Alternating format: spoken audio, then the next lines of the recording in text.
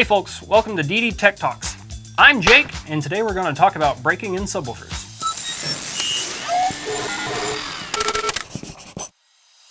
Breaking in subwoofers. We get daily calls from customers asking, do I really need to break in my subwoofers? How should I do that? Why should I do that? When should I do that?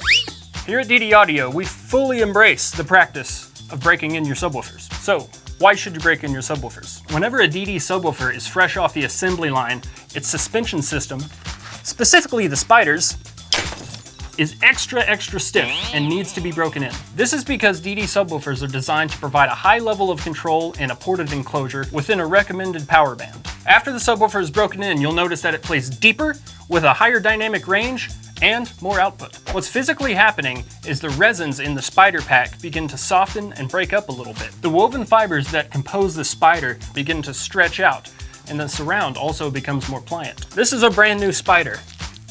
It's crackling. It's very hard. It's very hard. As everything starts to loosen up, the subwoofer will exhibit a bit higher excursion and the FS will drop. FS, or free air resonance, is the point at which the subwoofer reaches its highest output at the lowest power input.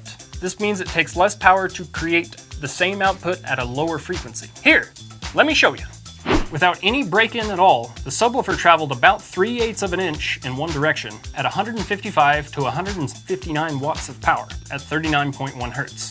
Next, I played the subwoofer for about an hour at 39.1 hertz. I found that I could achieve about the same amount of excursion at the same amount of power, but now it was taking place at 38 hertz. I let the subwoofer play for another 2 hours at 38 hertz this time.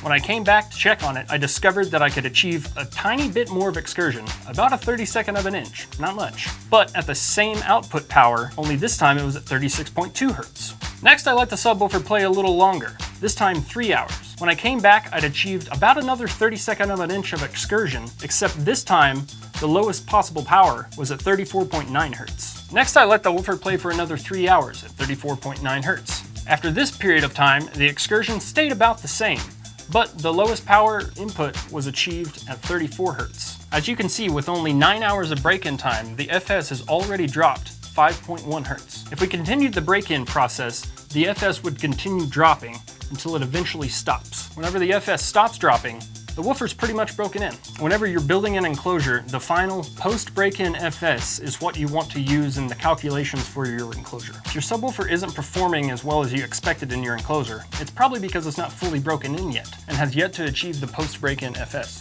So, how should you break in your subwoofer? Well, there are a couple methods to accomplish the task. If the subwoofer is already installed in an enclosure in your vehicle, just turn up your subsonic filter to about 40 hertz for the first 12 to 24 hours of play. Basically, about a week to 2 weeks depending on how much you drive your car and which subwoofer you're breaking in. During this period, we suggest listening to the system at a moderate volume.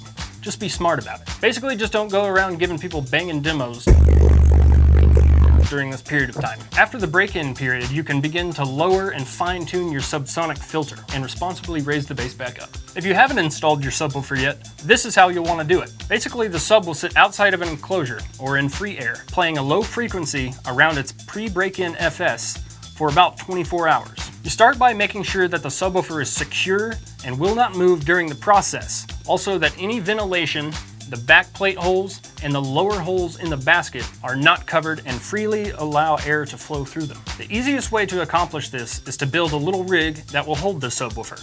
One like this one, or one like this one, if you want to do multiple woofers at once. Once the subwoofer is secure, start playing it at a low power level. As the suspension breaks in, you can gradually increase this power level every few hours. This will increase the amount that the subwoofer is moving and progressively break in the suspension. When using either of these methods, it's important to monitor clipping of the amplifier and excursion levels of the subwoofer to avoid damaging it. If the woofer starts giving off the nasty smell of burning adhesive, trust me, you know the smell. If the clipping light starts going off, I know you know what that is. Or if it starts making weird noises that don't sound right, turn it down immediately.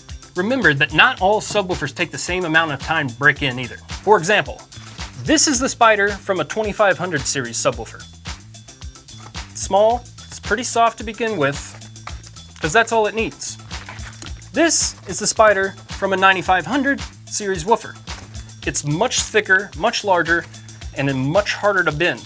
Even within a single series of subwoofers, the break-in time can vary. If you have a 9500 with soft suspension, you have one spider in there. If you have a 9500 with standard suspension, you have 2 spiders in there. If you have a 9500 with extra stiff suspension, there are 3 spiders. Really take the time to observe your subwoofer's activity during the break-in process and just have a little patience. It will be worth it. Well, hopefully this has helped you understand the importance of breaking in your subwoofer. If you have any questions about the specifics of breaking in a subwoofer or the many configurations of suspensions that we offer, feel free to give our customer service department a call.